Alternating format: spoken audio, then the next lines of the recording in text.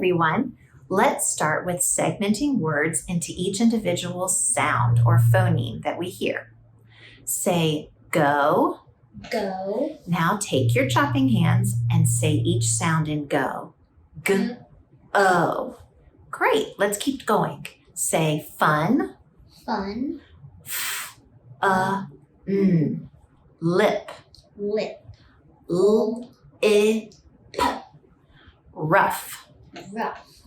R, f. Mop. Mop. M, p. Pack. Pack. Ack. Web. Web. W, b. Give. Give. G, I, v. Good. Now I'm going to say a part at the end, and we're going to add a sound to the beginning to make a word. So say or, add f to the beginning, and the word is for. Say air, add v to the beginning, and the word is there. Say arc, add sh to the beginning, and the word is shark. Say airy, add f to the beginning, and the word is fairy. Urge, add spl to the beginning, and the word is splurge. Or, add fl to the beginning, and the word is floor. Air, add f to the beginning, and the word is fair. Now we're going to add a sound to the end and put it together. All right, so here's an example. Say car, add d to the end, and the word is card. Let, add to the end, and the word is letter. Were, add st to the end, and the word is worst. Door, add to the end, and the word is dorm. Core, add t to the end, and the word is court. Soar, add s to the end, and the word is source. Char, add j to the end, and the word is charge. Now we are going to blend syllables together to make a whole word. So I'm going to say each syllable as I chop, and then you just listen and blend all those syllables together to say the whole word. Paperback, paperback. Remember, remember. Winter time, winter time. Invisible, invisible. Everyone, everyone. Video, video. Bicycle, bicycle. Sunflower, sunflower. Great job. Now for the last part, we are going to segment a whole word into syllables with our chopping hands. So I will say the whole word, you repeat the word, and then chop it up with me. Our first word is potato. Potato. Potato. Photograph. Photograph. October. October. Skyscraper. Skyscraper. Rectangle. Rectangle. Sailboating. Sailboating. Forgotten. Forgotten. Unforgettable. Unforgettable. Trampoline. Trampoline. Introduce. Introduce. The last one, reporter. Reporter. Great job, everyone.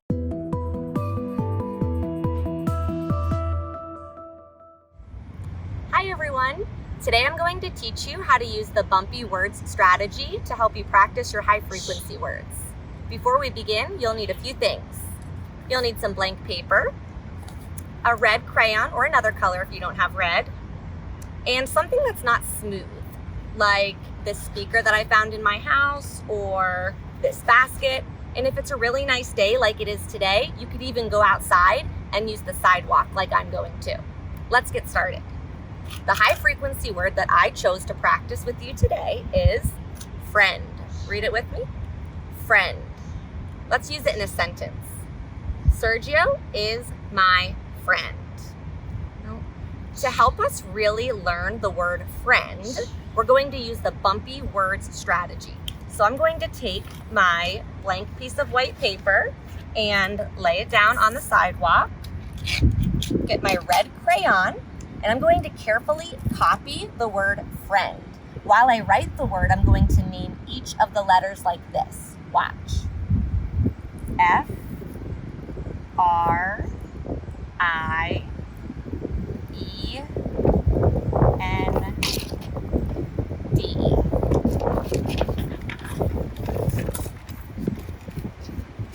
Using my crayon on the sidewalk made raised bumps.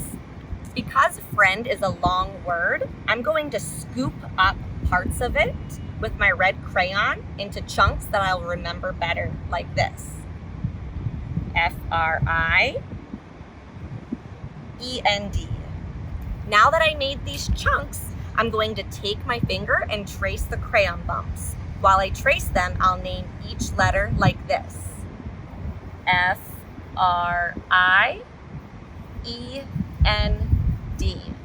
When I get to the end, I'll go back to the beginning of the word and underline it and read the word like this. Friend. Repeat that 2 more times. F-R-I-E-N-D. Friend. You can use this strategy to help you practice any of your high frequency words. Have fun!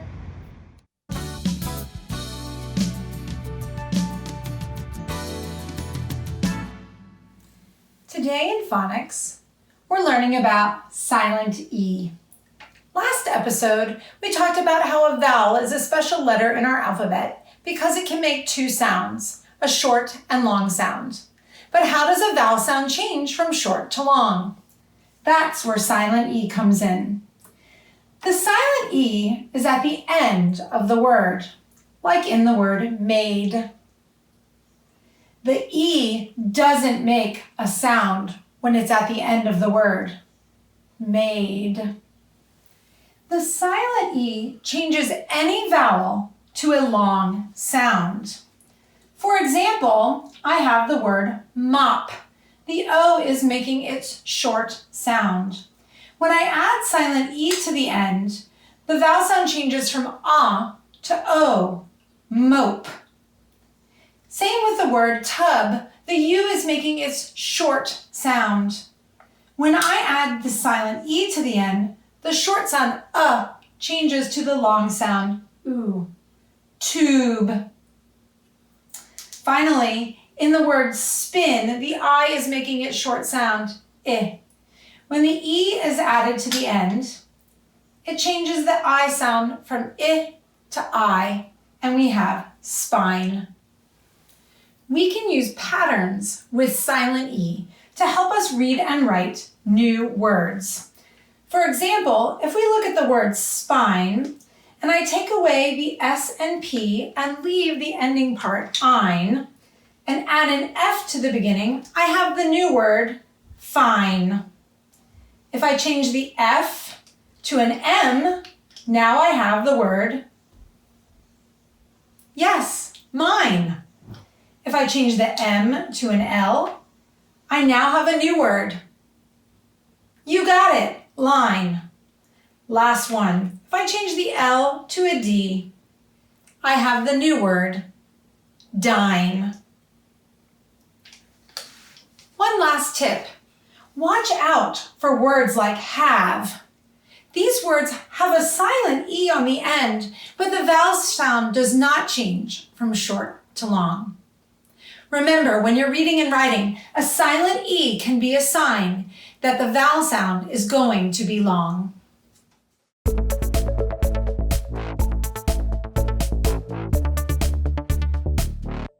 Hi, I'm Mrs. Schwartz, a reading teacher at Randolph Elementary. For today's shared reading, we're going to be reading an excerpt from the book, Making Changes, Poems About Great African Americans. This is a picture of Arthur Ashe. He's the subject or topic of the excerpt we're going to be reading today for shared reading. Some of you may have heard of Arthur before, or may even remember learning about him in first grade. Before we read the poem about Arthur Ashe, we're going to activate our prior knowledge. Your schema is your prior knowledge, what you already know about a topic. A schema is like a mental filing cabinet. It's always changing and growing. It can be activated before, during, and after reading. There are some thinking stems that can help us activate our schema. These include, this reminds me of, I am remembering, I have a connection to, I can relate to. I am remembering that Arthur Ashe was a tennis player. Looking at this picture reminds me of the time my son won a trophy in baseball. Winning a trophy means that you are very good at the sport you are playing. This makes me think that Arthur was a very good tennis player. Now that we've activated some prior knowledge about Arthur Ashe, let's go ahead and read the poem. I'll read it the first time and you listen. Then we'll go back and read it together. Arthur Ashe. When he was a boy, Arthur was thin, with a burning desire to try hard and win. When he picked up a racket, he tried and he could hit the ball with a vengeance. He knew he was good. But down in the South, when he was a boy, competitive tennis was for whites to enjoy. Arthur had talent, a superb athlete, but he'd have to move north if he was to compete. Arthur moved north with the help of a friend. He played and he won again and again. Respectful and quiet, gentle and composed, he opened doors to the South that had often been closed. Like many before him, he taught others to see that working and trying often carry the key. With each winning point, Arthur Ashe seemed to say, tennis is a game everyone can play. Notice when I was reading that I was stopping for small pauses wherever I saw a comma. When I saw a period, I paused for a longer moment. I also tried to emphasize words that seemed important to the text. Why don't you try to read this text about Arthur Ashe with me now? Remember those short pauses at the commas and the longer ones at the periods. Arthur Ashe. When he was a boy, Arthur was thin, with a burning desire to try hard and win. When he picked up a racket, he tried and he could hit the ball with a vengeance. He knew he was good. But down in the South, when he was a boy, competitive tennis was for whites to enjoy. Arthur had talent, a superb athlete, but he'd have to move north if he was to compete. Arthur moved north with the help of a friend. He played and he won again and again. Respectful and quiet, gentle and composed, he opened doors to the South that had often been closed. Like many before him, he taught others to see that working and trying often carry the key. With each winning point, Arthur Ashe seemed to say, tennis is a game everyone can play. There's a few vocabulary words in this poem that are important to understand. The first vocabulary word we're going to talk about is the word desire.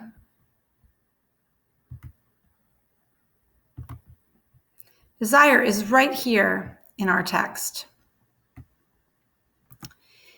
If you have desire, it means you really want to do something. Often kids have a desire to play sports or to play an instrument. What might be one of your desires? Our next vocabulary word is vengeance. In this text, vengeance means to do something with great power or force. The author says that Arthur hit the ball with a vengeance. What is something you can do with a vengeance? Our next word is superb. Superb means outstanding or excellent. Arthur was a superb athlete and tennis player. What are you superb at? The next word is composed. Composed means to be under control or calm. Arthur was a composed tennis player. He stayed under control and was calm. Now that we've finished reading the poem about Arthur Ashe, we need to do some thinking. One strategy to deepen understanding of a text is called drawing conclusions. When you draw conclusions, you use clues from the text plus prior knowledge to come up with a new idea. Authors don't always explain everything you need to know from a text. You have to do some of this work on your own. When you're making a conclusion, you can use sentence starters like, this makes me think, this is important because, this makes me feel because. We'll use some of the things that we learned in the text about Arthur, plus some of the things I already knew about Arthur, to draw a conclusion. So in the text, it told us that Arthur was a superb tennis player who had to move north to play. I know that when Arthur was playing tennis, not all sports were integrated, especially in the South. This makes me think that Arthur played an important role in helping to make tennis available to all people. You see how I thought about something the text told me? I used what I already knew about Arthur to come up with a bigger idea that the author of this story or poem did not explicitly state in the text. This is work you can do when you're reading text, fiction, nonfiction, or poetry. You can use clues from the text, plus what you already know from your prior knowledge, to come up with big ideas. Don't forget these sentence starters. This makes me think. This is important because, and this makes me feel because. I hope you enjoyed reading about Arthur Ashe with me today. If you'd like to read more of the poems about great African Americans, you may find this text in Raz Kids.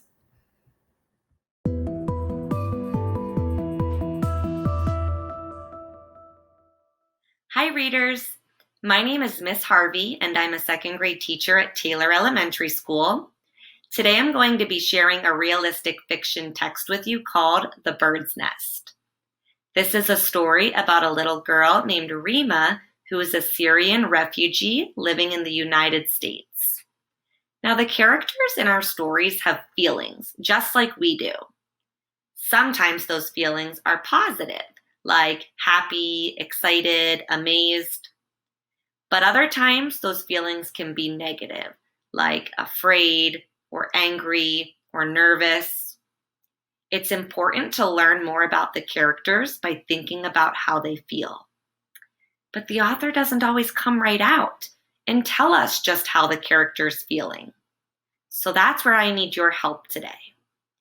As we read, I need you to help me think more about the characters to understand the story better. Will you help me look for clues in things that the characters say, things that they do, things that they think that would give us clues as to how the characters are feeling and that will help us better understand the story? Awesome. Let's get started. The Bird's Nest, written by Jessica Malorty, illustrated by Gabor Utamo. The Bird's Nest. Words to know: accent, Arabic, baklava, pistachios, refugees, Syria. Rima's bored with Saturday cartoons, so she gets up and walks into the kitchen. The counter is covered with baking sheets, a sack of sugar, pistachios. We're going to bake today? Rima asks. After a week at school learning English, it feels good to speak Arabic. Tomorrow there will be a bake sale, Rima's mother explains. Bake sale? Rima asks. What's that? We refugees will bake our favorite sweets from home, her mother says. Americans will come to buy them. This time last year, when Rima was 8, home was a tent among many other tents. The year before that, home was the side of the road, a storm-tossed boat, a stranger's basement. It was wherever they happened to lay their heads at night. When Rima was 6, though, her home was a house in the country of Syria. Home had a big window in the kitchen where black and white-tailed birds came to roost. It had a carpet in the living room that smelled of honey and flour. It had a bedroom with a perfect view of the moon. Now they live in an apartment in America, and her mother speaks in a hushed voice whenever she mentions Syria. War came to Syria long before they left, and it has only gotten worse. They are never going back. There's nowhere to go back to. So I'm finding some clues that the authors put in the text here. I'm seeing that Rima's having sad and happy memories about when she used to live in her home country of Syria. And I'm wondering if, even though some of those memories were very scary and sad, I'm wondering if she's still feeling homesick. After all, that is her home. I am imagining that that must be really hard for her. What is a refugee? A refugee is a person who is forced to leave his or her country to seek safety in another country. The term comes from the word refuge, which means a safe place, the very thing that refugees are in search of. Refugees usually leave behind their family and friends, as well as their home. In the case of Rima and her mother, they left Syria because of war.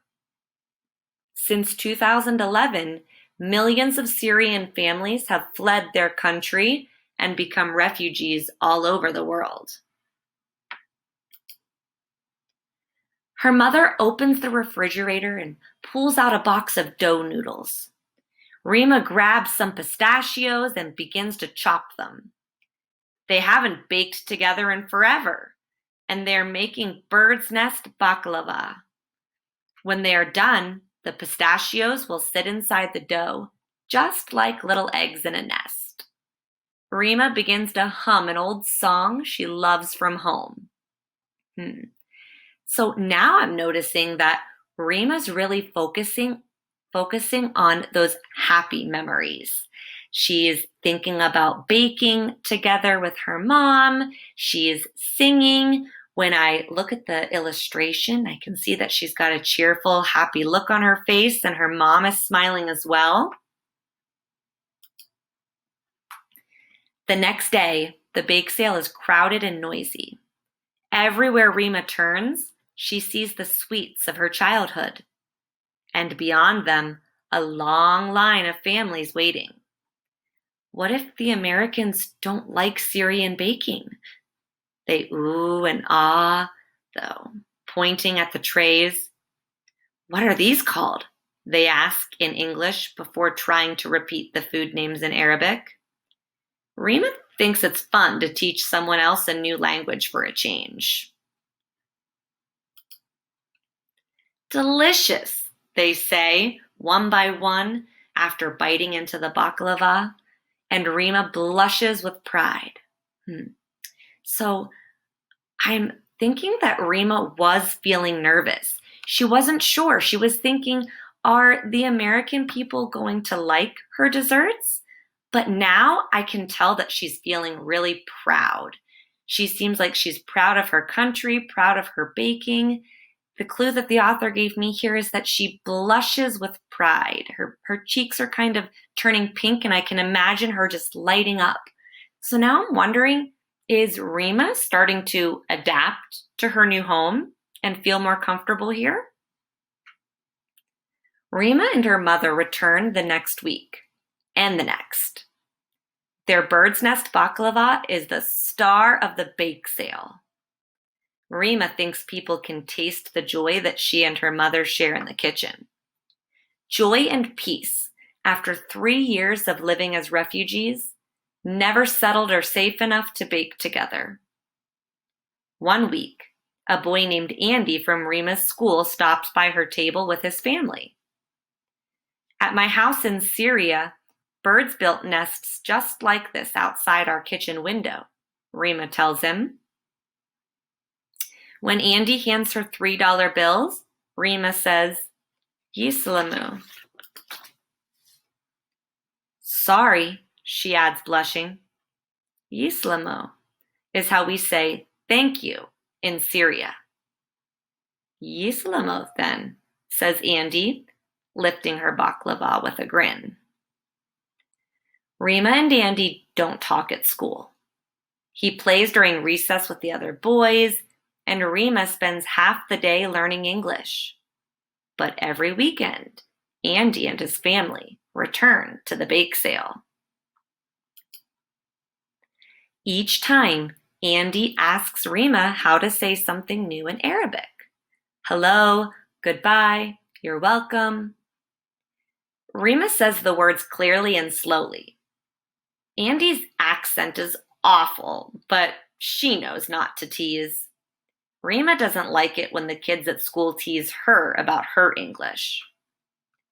One day, Rima tells Andy about how, when she was little, she would pick pistachios straight from her grandparents' tree. You must miss it there, Andy says, and suddenly Rima's eyes fill with tears. Ashamed, she ducks her head. Andy just smiles, though. A kind smile, Rima thinks. Afterward, as they pack up, Rima's mother says, "Who's that boy who always talks to you? A friend?" "No," Rima mumbles. "Just a boy from school." I'm not sure that Rima's really telling the truth here to her mom. Or I'm wondering if maybe Rima's afraid of what the truth might be. I noticed Rima's actions and also Andy's, that they were smiling, and Rima was sharing stories about her childhood and her life in Syria with Andy, and Rima was teaching Andy how to say words in Arabic. To me, those sound like things that friends do with each other. I'm wondering if Rima wants to be friends with Andy, but she's afraid she won't be accepted. That week during recess, Rima's reading on a bench when Andy taps her on the shoulder. "I want to show you something," he says. He points to the woods behind the school, and the two walk toward them together. Look, Andy says, and points again. Rima gasps. There, in some blackberry brambles, is a bird's nest. The two of them look more closely. Inside the nest sit 4 perfect eggs. Wow, Rima breathes. Andy nods. They really do look just like your baklava, he whispers. I wonder if they'll live close to home once they hatch, Rima says, or fly far away to somewhere new. The way Rima breathes, wow, and the way she gasps when Andy shows her the bird's nest that looks just like the baklava that she makes, which looks like the bird's nests that she used to see out her window in Syria, that makes me think that she's just really feeling so grateful, so happy, so appreciative. She's been just touched by this act of kindness by Andy that she almost doesn't even seem to have the words to say to express how she's feeling. Andy puts his hands in his pockets. Rima, he says shyly, I know you're sad to have left your first home behind, but I want you to know that here in your new home, you are my Sadiq. He looks at her. Did I say that right? Sadiq? Rima grins. Of course, she tells him. His Arabic sounds as awful as ever, but she means the words with all her heart. There's no wrong way to say friend. So I'm really just thinking that Rima has had a tough time. She's had to move around. She had to leave her home. And now there are all these things that are happening that are making her feel maybe happy or content. She's able to bake with her mom, and it seems like she's made her first real friend. I'm wondering if Rima's starting to feel like she belongs and she fits in her new home. I can imagine that that would be a really amazing feeling after everything that she's been through.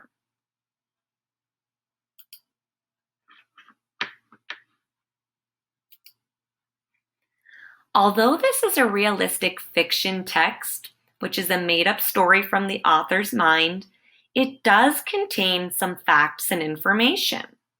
The glossary will be especially helpful for teaching you about those facts and information that we read about in the story. You can come to the glossary at the back of the text to learn more about the bold print words, which are key words, important words from the story. Wow, readers, I just shared with you a lot about my thinking about the character Rima from the story. I wonder, did you have any of the same ideas I did? Or were you thinking something different? Readers pay attention to the characters in their stories. They notice how they act, how they speak, what they say, or what they think. Then they ask, what does this tell me about how the character feels? When you do that kind of thinking, it helps you better understand the character and better understand the text. So now you can go back and do this same kind of thinking with the character Andy. What new ideas will you grow about the character Andy? What new understandings will you have about the story? But don't stop there. You can do this same kind of thinking about characters in any of the fiction texts that you read.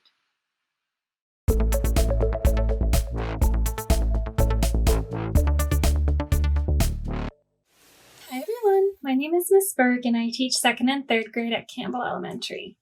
I'm here for today's math lesson about 2D and 3D shapes. And I know what you're thinking. You're thinking, Miss Berg, we know all about those shapes. We started learning about them in kindergarten.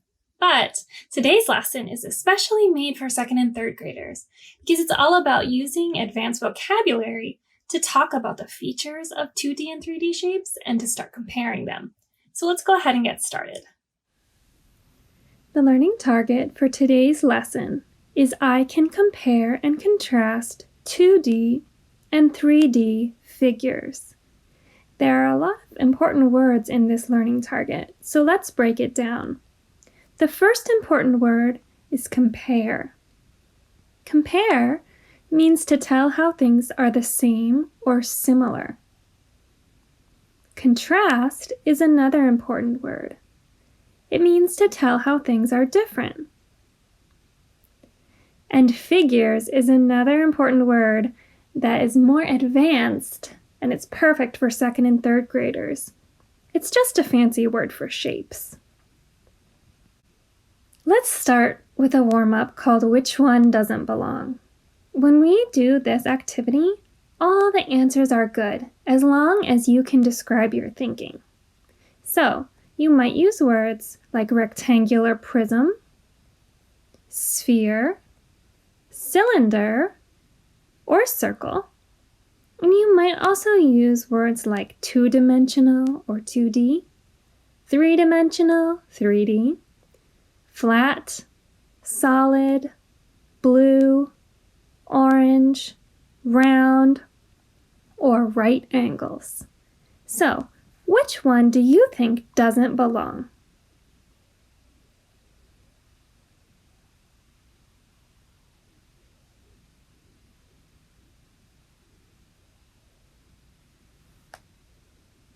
You could have said that the cylinder doesn't belong because it's orange.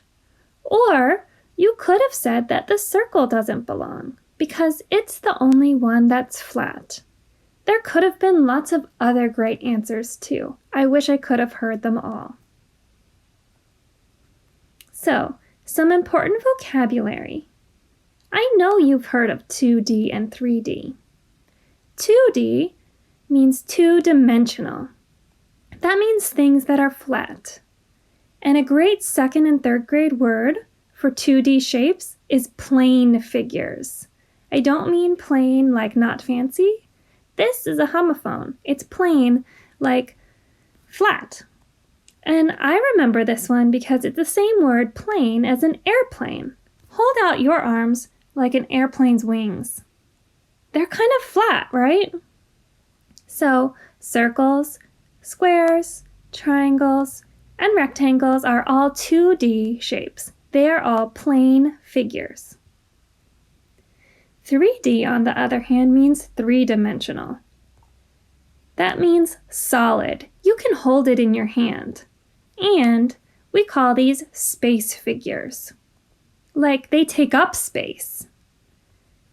Spheres, cylinders, cubes, and rectangular prisms are all three-dimensional shapes.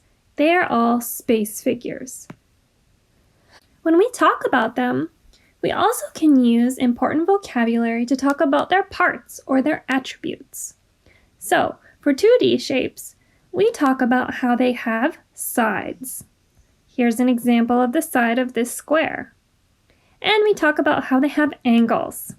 An angle is where two sides meet. For 3D shapes, we have some different words that we use to describe their parts. The most important one is that we talk about the fact that they have faces. I don't mean like your face on your head. It's the shapes, the 2D shapes, that make up the sides of the 3D shape. So in this case, this cube has a square for a face. We also talk about how they have edges. Edges are where two faces meet. And we talk about how they have vertices. Vertices are where three or more edges meet. So, let's use all these important words to compare and contrast circles and spheres. A circle actually has no sides, because sides have to be straight. And it has no angles. It has no corners where two sides meet. It is a 2D shape, which means it's flat, and we can call it a plane figure. It is also round, which is an important word to describe it. Then we have the sphere. It doesn't have any faces because faces have to be flat. It doesn't have any edges, and it doesn't have any vertices. It's a 3D shape, which means it's a solid figure, and remember we call those space figures. And it's also round. So we can compare and contrast them on a Venn diagram. The two sides are where we talk about what is only circles and only spheres. And then in the middle, we can talk about what they have in common, what's the same about them. For circles, what would you say that only circles have? Of course, they have 0 sides, 0 angles, and they're 2D. That's something that only circles are between these two. How about for spheres? What would you put over there? Yep, we could say they have 0 faces, 0 vertices, and we could call them a 3D shape. What about the middle? What do circles and spheres have in common? What's the same about both of them? That's right, they're both round. Also, we can say that all points in these shapes are the same distance from the center. That'll become important when you get ready for 4th and 5th grade. Let's move on to comparing and contrasting squares and cubes. Squares have how many sides? Of course, 4. And how many angles? 4 again. They're a 2D shape, which means they're flat, and we call them plane figures. They have right angles. Right angles are a special kind of angle that's exactly shaped 90 degrees, which means it's kind of like the angles we have on a square, so we call them square corners. If you hold up a piece of paper, the corners on the piece of paper can help you remember what a right angle looks like. Now let's talk about the cube. A cube has faces. It has, in fact, 6 faces, and all of them are shaped like squares. It has edges too. And actually it has 12 edges, which is a lot. And it has vertices. Remember, vertices are the pointy corners, and cubes have 8 of them. It's a 3D shape, and it's solid. We call it a space figure, and it also has right angles.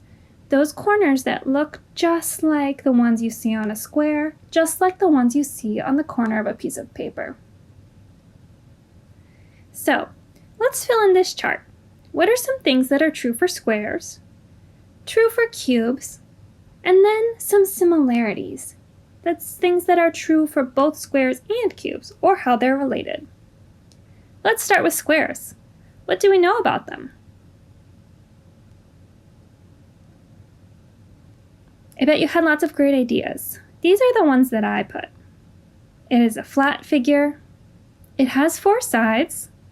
It has 4 angles. What about cubes? Tell me some things about cubes.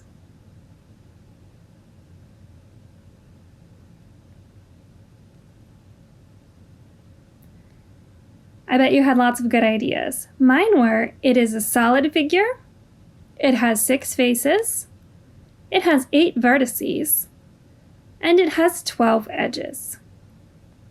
Now let's talk about similarities. How are squares and cubes the same?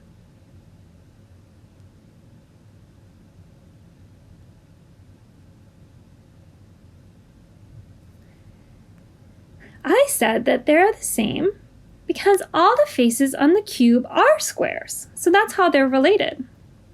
And I said that both of the figures have right angles. For our final comparison, let's look at rectangles and rectangular prisms. When we look at a rectangle, it has 4 sides and 4 angles. You might notice that's the same as squares. That's because a square is just a special kind of rectangle. They're 2D, so we can call them flat or we can call them plane figures. And they have right angles also. Whereas a rectangular prism has faces, edges, and vertices. It actually has all the same numbers of those as the cube because just like squares are a special kind of rectangle, cubes are a special kind of rectangular prism. So rectangular prisms have 6 faces, 12 edges, and 8 vertices. They're 3D shapes, which means that they're solid, you can hold them in your hand, and they take up space. They're space figures. And rectangular prisms are covered in right angles. So, let me ask you some questions. You're going to decide if these questions are rectangles, rectangular prisms, or both. So the first question says, which figure has 8 vertices? Is it the rectangle, the rectangular prism, or both? That's right, the rectangular prism has vertices because vertices are a feature of 3D shapes. Which figure has right angles? Is it the rectangle, the rectangular prism, or is it both? You got it! Both of them have right angles. And which figure is a plane figure?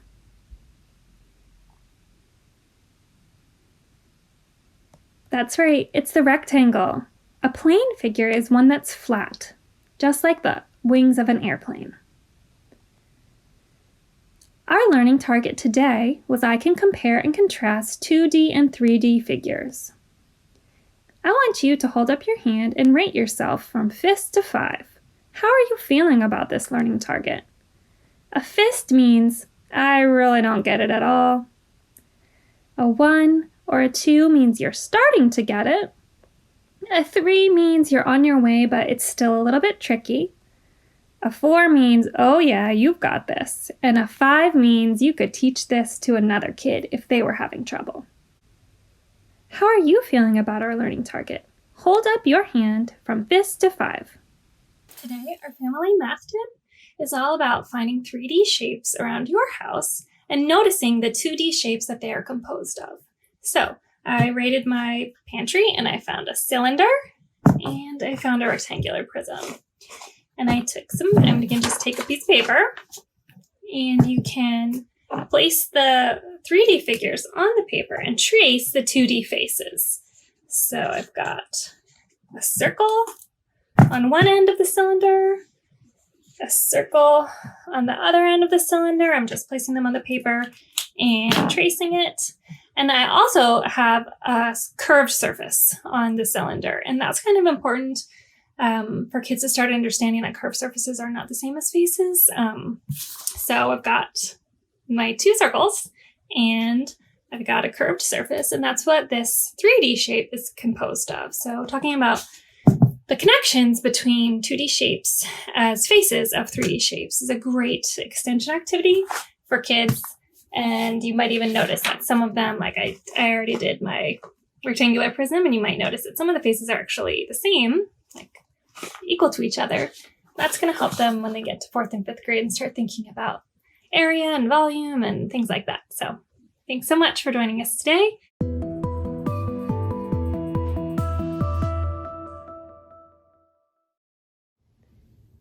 Hi, my name is Erin San. I am a teacher and a mindfulness coach. And what that means is I work with people just like you to help them use their senses to notice what is happening in their lives from moment to moment so they worry a little bit less and smile a whole lot more. Today I'm going to share with you a mindfulness exercise that will help you clear out some of the clutter, some of the busyness in your mind so that you can think clearly and be ready to learn. Are you ready? Good. Have you ever seen a snow globe? Maybe you have one at home. I'm going to share with you one that I have at home. This is my Max Scherzer snow globe. If you like the Nationals, you know who he is. And when my snow globe sits on my shelf, it's super, super clear inside. I can see Max winding up for the pitch. Everything is crystal clear. But when you start to shake a snow globe, it starts to get really busy inside. There are lots of little particles inside that float around and that make it hard to see Max Scherzer really clearly. Sometimes that's what it feels like in your mind. Sometimes in your mind, you have a lot of thoughts, or you're scared about something, or you're worried about something. And when you are scared and worried and distracted, it's really hard to think clearly. Do you know what I'm talking about? I bet you do, because it happens to all of us. So we're going to do a little exercise right now that helps you to settle your mind like a snow globe settles so that it once again can be nice and clear. So let's arrive in a comfortable seated position. And remember, sometimes to get comfortable, you have to wiggle and shake a little bit. So once you get your wiggles and your shakes out, bring your body into stillness. So it's not moving and it feels just right. If it's comfortable for you to close your eyes, close your eyes. If not, let the eyes stay open, but let your eyes float down to see something on the ground that's not moving. Take a big breath in. Let a breath go. Do that once more. Big breath in. Full breath out. Then just breathe normally and naturally and start to notice what is in your mind. Notice what's floating around like the little particles in your snow globe. Maybe your mind is filled with thoughts or emotions. Maybe you're remembering something, or maybe you're really worried about something that's going to happen later. This is all normal. See all of those particles floating around in your mind. And then one by one, start to invite them to settle down at the bottom of your mind, just like the little pieces in a snow globe.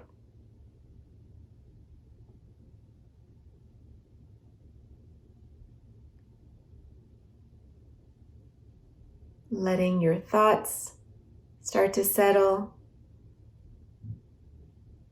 Letting your memories start to settle. Letting anything that you're worried about start to settle.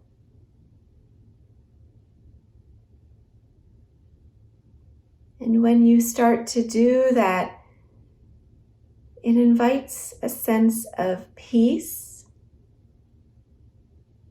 and everything becomes a little bit more clear so that you can focus on one thing at a time.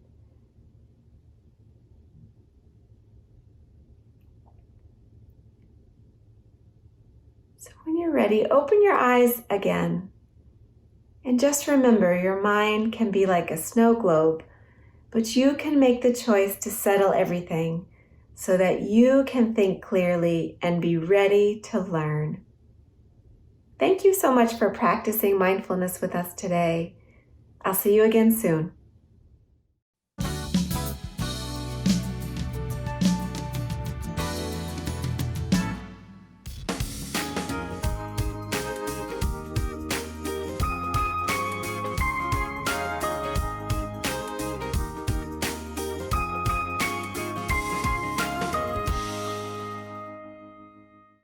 Hi everyone, Miss Davis here.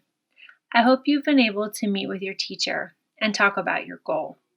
Today, we're going to look at a few plans together and see if they meet the good plan checklist. Remember, if you don't have a good plan, it's going to be very hard to reach your goal.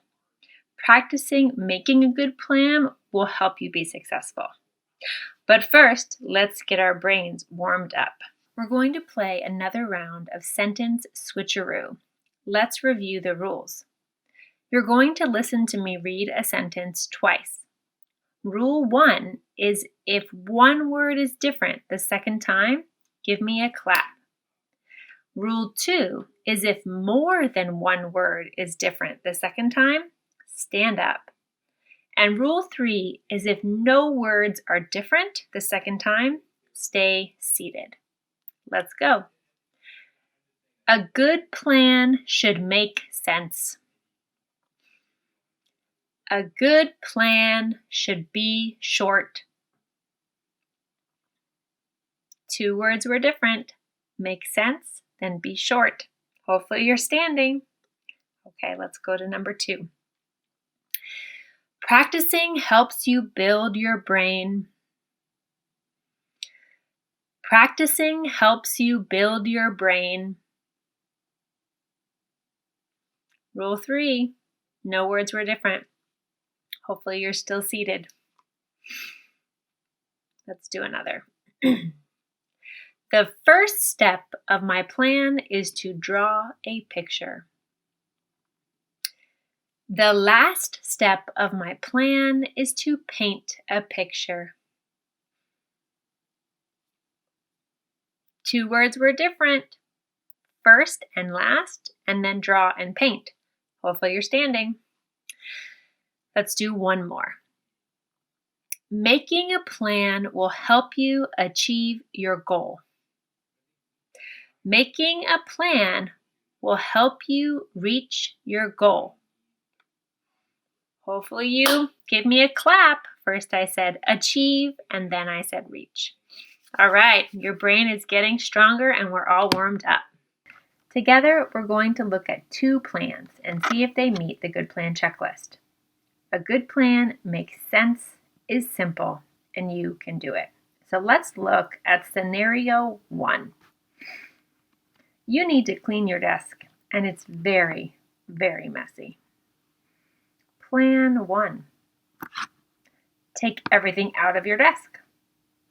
Then sort everything into piles of garbage, recycling, books, supplies, and so forth. Then put things neatly back in your desk in good order. A 3-step plan. Does the order make sense?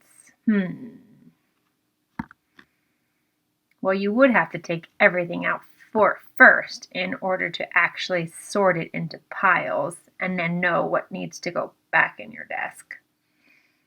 So I think that order makes sense. It's pretty simple. You might need a trash can or places to put some of your other things that aren't coming back in your desk or going back in your desk, but I think that's pretty simple. And could you do it? I think that seems pretty doable. You can always ask for help from an adult if you need to, though. I'd say that plan is a good one. Let's look at scenario 2. You have a book report to do, and you don't know where to start. Step 1. Think about the books you'd like to read. Step 2, choose one you'll have enough time to read. And step 3, go to the library and check it out. Now let's look at this order. I do think it's a good idea to think about the books first and how much time you have to actually read the book before checking it out. Because if you check out a book that's way too long and you don't finish it in time, then that won't be good. It seems pretty simple. We'll definitely get you started if you need to think about which book you want. Can you do it? Maybe you can go to the library by yourself. Maybe you can't. Maybe no one's around to take you to the library. What if the library doesn't have the book you want to read? You might have to have a backup plan if you can't find the book you want to read. So maybe one change I would make is think of 2 or 3 books you might want to try. But then I think this plan could get you started. What do you think? I hope you are able to make a plan with your teacher for your goal for summer school. It's important that we make plans so we reach our goals. Achieving goals, even if they're hard, helps us feel confident and helps us know that we can do hard things. We're going to finish today's video with a read aloud. This book is called How to Catch a Star by Oliver Jeffers. It's a great story about a little boy who loves stars and he wants to catch one. He has a plan, but sometimes he has to change his plan, but he never gives up. And I think that's also really important when we're trying to make a plan and achieve our goal.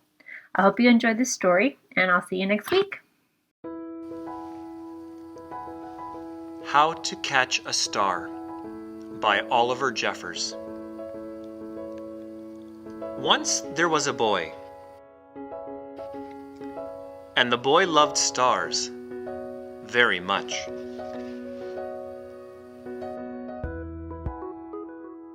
Every night, the boy watched the stars from his window and wished he had one of his very own.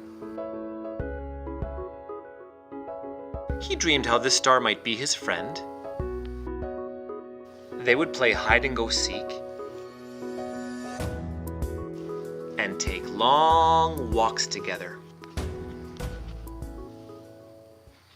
The boy decided he would try to catch a star.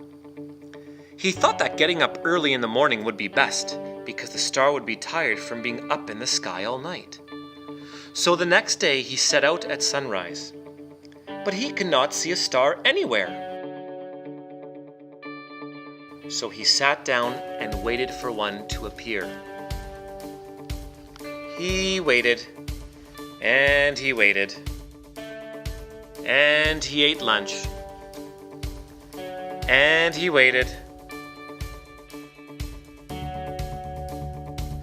and after dinner, he waited some more. Finally, just before the sun was about to go away, he saw a star. The boy tried to jump up and grab it, but he could not jump high enough. So very carefully, he climbed to the top of the tallest tree he could find, but the star was still way out of reach. He thought he might lasso the star with the life belt from his father's boat, but it was much too heavy for him to carry. He thought he could just fly up in his spaceship and grab the star, but his spaceship had run out of gas last Tuesday when he flew to the moon. Perhaps he could get a seagull to help him fly into the sky to reach his star.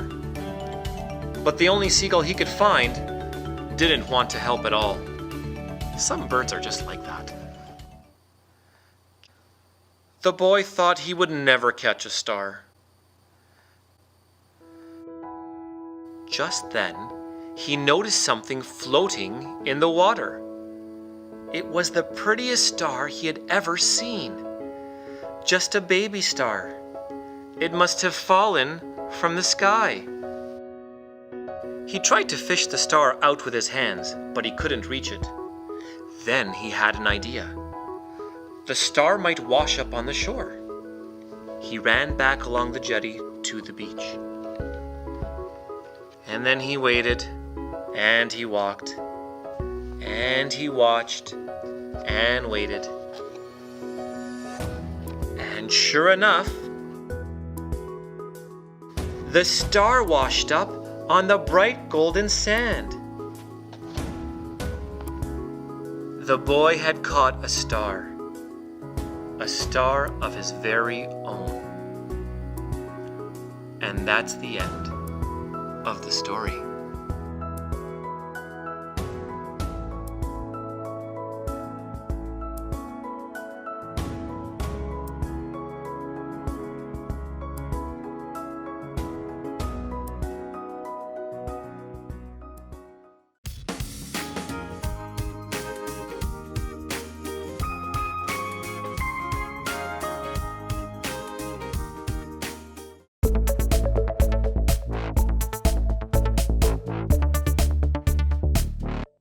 Hola chicos, me llamo Diana Díaz, soy maestra en la Escuela de Inmersión Claremont. Hoy estaremos aprendiendo sobre las figuras geométricas. Aprenderemos las características de las figuras de 2 dimensiones y 3 dimensiones para poder compararlas. Pero antes de la lección, vamos a empezar con la rutina de sentido numérico. ¡Empecemos! En esta tarjeta hay 5 figuras. Si hay un total de 17 lados, ¿cuál es la figura misteriosa? Lados. ¿Qué es lado? Toda figura plana tiene una línea que se llama lado. Cada línea representa un lado. ¿Cuál será la figura misteriosa? Pensemos.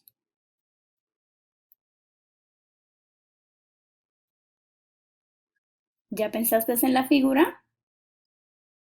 ¿Cuántos lados tendrá mi triángulo? Tiene 1, 2, 3 lados y tengo 3 triángulos. Vamos a sumar los lados. 3 más 3 más 3 es igual a 9, más 4 lados más de mi cuadrado es igual a 13. También podemos utilizar multiplicación. Si tengo 3 veces 3, es lo mismo que decir 3 por 3, que es igual a 9.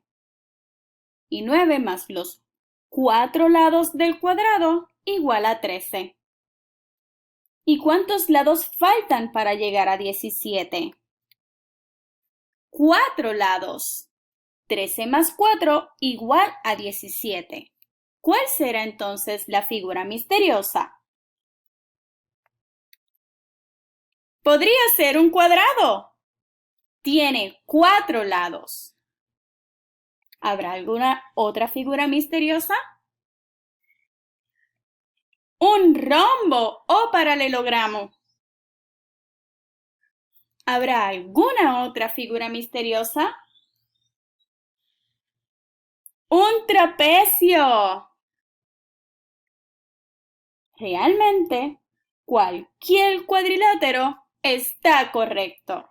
En la lección de hoy sobre figuras planas y sólidas encontrarás el siguiente vocabulario. Primero tenemos vértices. El vértice es el punto donde 2 o más líneas se encuentran. En esta figura plana son 2 líneas las que se intersectan o se encuentran en el vértice. En la figura sólida tenemos 3 líneas las que se encuentran en un mismo punto que se llama vértice. Cara. Cada lado plano de una figura se llama cara. Este cubo tiene varias caras. ¿Cuántas caras tiene? Lado. El lado son las líneas que puedes observar en este cuadrado. Pero la línea que observamos en la figura sólida se llama arista. Una arista es la línea que se forma cuando 2 caras se unen. Cada cara que se une en este cubo forma una arista. También tenemos ángulo o, en este caso que es un cuadrado, un ángulo recto. El ángulo es formado por dos rayos, segmentos o líneas que comparten el mismo punto o vértice. Esta medida que forma este ángulo es una medida de 90 grados, por lo cual se llama a este ángulo un ángulo recto. También tenemos las dimensiones: largo, alto y ancho. Comencemos con las figuras planas. Una figura plana es toda figura cerrada que tenga dos dimensiones. Algunas de ellas son el cuadrado. Podemos observar que el cuadrado tiene 4 lados, 4 vértices y tiene 4 ángulos rectos. Sus dos dimensiones son largo y alto. También tenemos el círculo. El círculo es otra figura cerrada, pero ella es una figura especial. No tiene lados y no tiene vértices. El rectángulo. El rectángulo, como el cuadrado, también tiene 4 vértices, 4 lados. Pero en este caso tengo 2 lados largos y 2 lados cortos. Sus ángulos también son de 90 grados. El cuadrado puede ser un rectángulo, pero el rectángulo no puede ser un cuadrado. ¿Por qué? Cada lado del cuadrado es igual al otro y eso se llaman lados congruentes. Los lados congruentes tienen la misma medida. Si las figuras planas son figuras cerradas que tienen dos dimensiones, ¿cuáles de estas son figuras planas? Pensemos. Tenemos el trapecio, el triángulo y el círculo. Ellas son figuras planas porque son figuras cerradas que tienen dos dimensiones: largo, alto. Esta es una figura abierta. Figuras sólidas son figuras también cerradas que tienen tres dimensiones: largo, ancho y alto. Algunas de ellas son el cubo. El cubo es una figura sólida con 6 caras congruentes. Sus aristas tienen la misma medida también. Esfera. ¿Tendrá caras la esfera? ¿Cuántas aristas o vértices tiene la esfera? La esfera es una figura que tiene 0 cara, 0 arista y 0 vértice. Prisma rectangular. ¿Cuántas caras, vértices y arista tiene un prisma rectangular? Observemos. Tenemos las 4 aristas arriba, 4 aristas abajo, son 8, y 4 aristas más a los lados. 12 aristas. ¿Cuántos vértices tiene?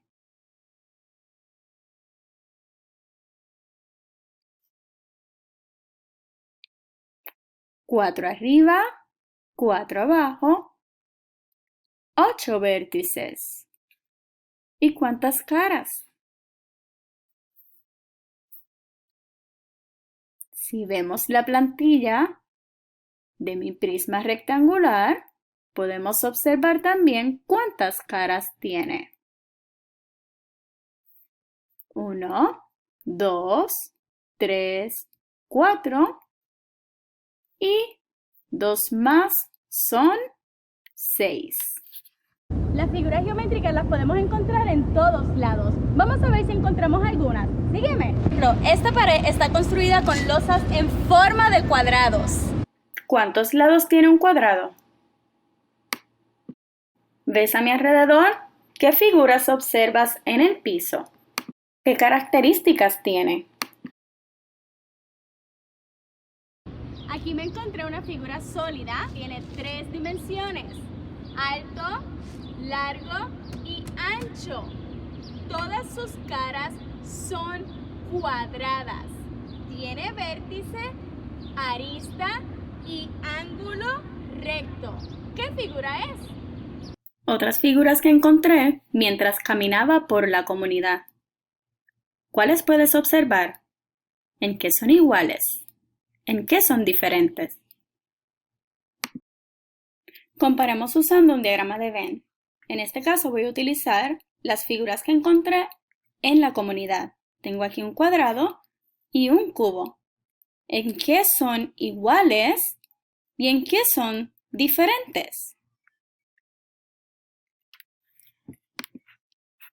Tenemos que el cuadrado es una figura plana de 2 dimensiones, mientras el cubo es una figura de 3 dimensiones, figura sólida, pero ambas son figuras geométricas. También podemos observar que el cuadrado tiene 4 vértices, mientras el cubo tiene 8 vértices, 4 arriba y 4 abajo. Pero ambas tienen vértices. Podemos observar que ambas figuras tienen cuadrado. Esto es un cuadrado, pero el cubo está compuesto de caras que son cuadradas. Ambos tienen ángulos rectos. El cubo tiene 6 caras congruentes. Al estar compuesto de cuadrados, pues todas sus caras son iguales. El cuadrado tiene 4 lados congruentes. El cubo tiene 12 aristas. 4 arriba, 4 abajo son 8, 4 más a su alrededor son 12. Ya que conoces las características de las figuras, puedes continuar comparando las figuras en tu casa. Ya que has aprendido sobre las figuras planas y sólidas, ahora quiero que en tu casa reflexiones. ¿Dónde tú has observado figuras geométricas a tu alrededor? Comparte con tu familia las figuras que encuentres a tu alrededor y sus características. Algunas de las palabras que puedes utilizar para describir las figuras son figuras planas, 2 dimensiones. Figuras sólidas, 3 dimensiones. Lados, ángulos, vértice, aristas, caras. Utiliza el vocabulario para poder compararlas y describirlas. Padres, gracias por apoyar el aprendizaje de matemáticas en la casa. Para continuar aprendiendo y practicando las figuras en casa, te voy a dar algunas ideas. El estudiante puede encontrar figuras en su casa. En este caso encontré un prisma rectangular y estoy trazando una de sus caras. Esto ayuda al estudiante a poder relacionar las caras con la figura sólida. Ya tengo aquí uno preparado en donde el estudiante puede observar cuántas caras tiene el prisma. También les puede ayudar a crear sus propias figuras planas usando figuras sólidas. Puedes jugar buscando figuras en la casa, en tu comunidad y nombrarlas y decir las características como aprendimos en el video. Usar un diagrama de Venn como el que tengo aquí los puede ayudar también a comparar las figuras que has encontrado, en qué son diferentes y en qué son iguales. También puedes crear plantillas de tu figura sólida como estas en la casa. Si encuentras una caja pequeña que el estudiante pueda manipular, puedes cortar y crear la plantilla, asegurándote que cortas las piezas que se utilizan para pegar la caja. Así el estudiante puede ver el prisma rectangular y sus caras. Aquí tengo el ejemplo de un cubo. Igual que el prisma rectangular, corté las piezas que se utilizaban para unir la caja, asegurándome que tenga 6 caras, que son las caras que componen un cubo. Gracias por estar conmigo en este video y te espero nuevamente para continuar aprendiendo de matemáticas en casa con APS.